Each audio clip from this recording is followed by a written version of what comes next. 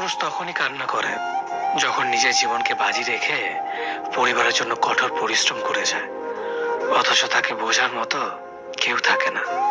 শেষবারের মতো আরেকবার চেষ্টা করে দেখি। পৃথিবীতে এই চিন্তাটাই অনেক সফল মানুষের জন্ম দিয়েছে। অভাব আর অভিযোগ এমন একটা জিনিস যা অন্যের কাছে না বলাটাই ভালো। কারো কাছে অসহ্য হয়ে ওঠার থেকে হারিয়ে যাওয়া অনেক ভালো।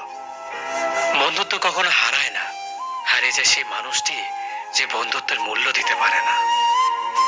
মন খারাপ হতে বড় কোনো কারণ লাগে না, ছোট্ট একটা কারণই যথেষ্ট। অর্থই সব, এটাই নিশ্চিত। অর্থ থাকলেই মনে শান্তি থাকবে। মানুষ পরিস্থিতির কাছে সবসময় অসহায়। মানুষ ইচ্ছে করে কখনো কষ্ট পেতে চায় না, কারো কাছে লজ্জিত হতে চায় না। কিন্তু ভালোবাসলে কষ্ট পেতে হবে যেন মানুষ ভালোবাসতে ভালোবাসে। জীবনে তারা বেশি কাঁদে যারা 10 জনকে নয়, একজনকে মন থেকে ভালোবাসে।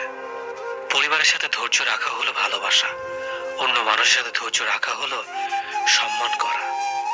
নিজের সাথে